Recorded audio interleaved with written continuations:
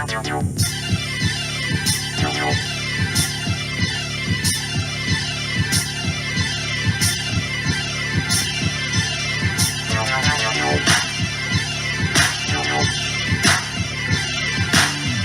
the land where it just don't stop.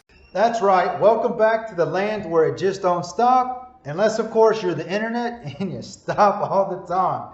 That's a different story. For those of you that don't already know who I am Brian from Third Coast Ministries down here in Matagalpa, Nicaragua. And earlier this morning, one of our Saturday school teachers stopped by the school and dropped off some books he had borrowed.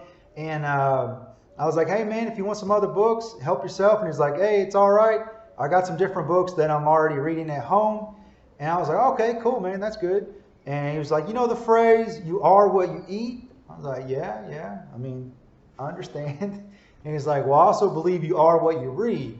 And he's like, I'd like to read some of these novels, but I got some books on class planning and classroom management that I want to focus on. And he's like, I believe that you are what you read as well. And I was like, wow, man, that's awesome. That's great. That's good advice. And it got me thinking about something I had heard of several years ago when I was in the United States still. I was driving in my truck, listening to a Bible study on Keeping Them Close By on the radio station. And there was a lady talking about the 3 phases in your life. And so phase 1 is a phase where you depend on other people to feed you. And you know, they were talking about, you know, from a biblical point of view. I'm speaking right now, just regular old point of view. You depend on people to feed you, whether it's food, knowledge, whatever. You're depending on other people to give it to you. You only receive. That's phase 1. Phase 2 is where you learn how to feed yourself. So it's like, oh man, I'm hungry. I'm going to go get some food. I know how to cook, or, you know, I want to learn more about this. So I'm going to go get this book and read about this topic. I'm interested in this. Where can I find more information on this? And you go out and get it yourself. So that's stage 2, is where you're kind of going out and getting it like that. And then phase 3, that is when you begin to feed other people. So that's when you have knowledge, you have experience, and you give it to other people. So in this last phase, you're giving it to other people, to people that are still in phase 1 and possibly phase 2. And in my opinion, I don't think we ever truly leave phase 2. And what I mean by that is, all right, phase 3, that's like sitting on this side of the camera. I got some wisdom, I got some knowledge.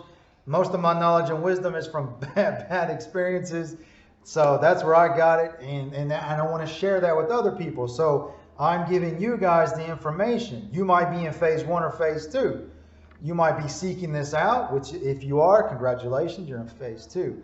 But I don't believe that we ever fully leave phase 2, and that's because there's always, and me personally, I feel like there's always people that have more experience, more wisdom, more knowledge, and you can continue to learn from these people. And I think that we should always focus on continuing to learn. And so that's seeking information out. For example, like if you ever seen this area of my classroom, there's a picture I made of Eric Thomas out of the paper that we have, with the quote, when you want to succeed as bad as you want to breathe, then you'll be successful. So in learning a lot of these things, I watch a lot of his videos and listen to him.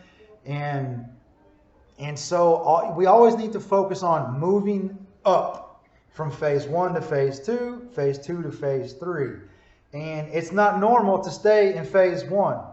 So if you're one of those students, or you're one of those people like just always sitting around waiting for other people to do stuff for you, that is not normal. You need to grow up. And I'm sorry if that sounds harsh, but you need to grow up. You need to move into phase 2.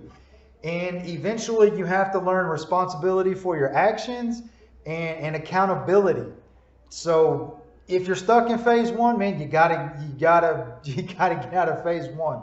And so if you're interested in something, if you're like, wow, that's interesting, or hey, you know, I need this, you know, stop being like, Mom, Dad, Mr. Baker, whoever, give me this. Be like, hey, where can I find this? And that is how you start. And if someone's like, oh man, go here, then you go there, you consume, you read whatever you need to, watch whatever you need to, and then if you have questions, find somebody to answer those questions. That's how you grow.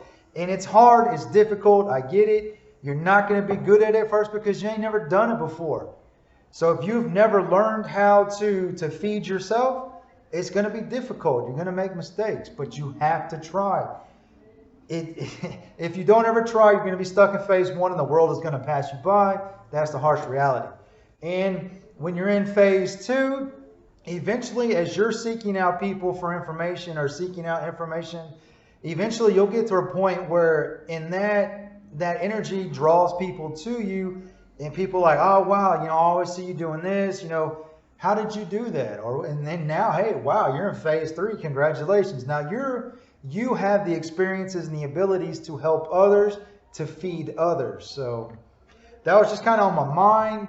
And so to wrap it up, there's 3 phases in your life. Phase 1 is where you depend on other people basically for everything. And that's the baby phase. We need to get out of that phase. Students, if you're in high school, middle school, you need to start getting out of that phase. If you're in high school, you need to have already gotten out of that phase. Please start today. Phase 2, that's where you go out and find things on your own. That's good. That's called growing up. That's how the world works. And phase 3 is when you make it to a spot where you can help others. And if you're in that spot, I don't want to use the word obligated, but you are obligated to help those around you. That is the only way you will ever truly be successful, okay?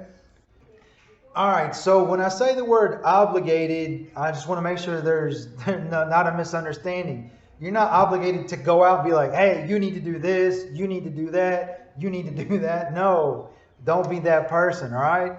There's a verse in the Bible about not throwing pearls before swine. So if people don't want to listen and don't want to learn, hey man, that's okay. That's their choice. You cannot force them. But when someone comes to you, Mr. Baker, I'm interested in this. Can you help me with that? Oh yeah, of course. Sit down. Let's go through this. Here's where, this is what I've done in the past. These are mistakes I've made. These are successes I had. Maybe you can learn from those, try your own thing and see what works. So if someone is seeking you out, please help them. But if people are like, man, I don't know, I don't want to hear you. Hey man, it's cool. Don't waste your energy on those people. And that's what I mean by obligation. So I hope that makes sense. Thank you for listening. I hope this helps. And wherever you are in the world, I hope you and your family are doing okay. Adios.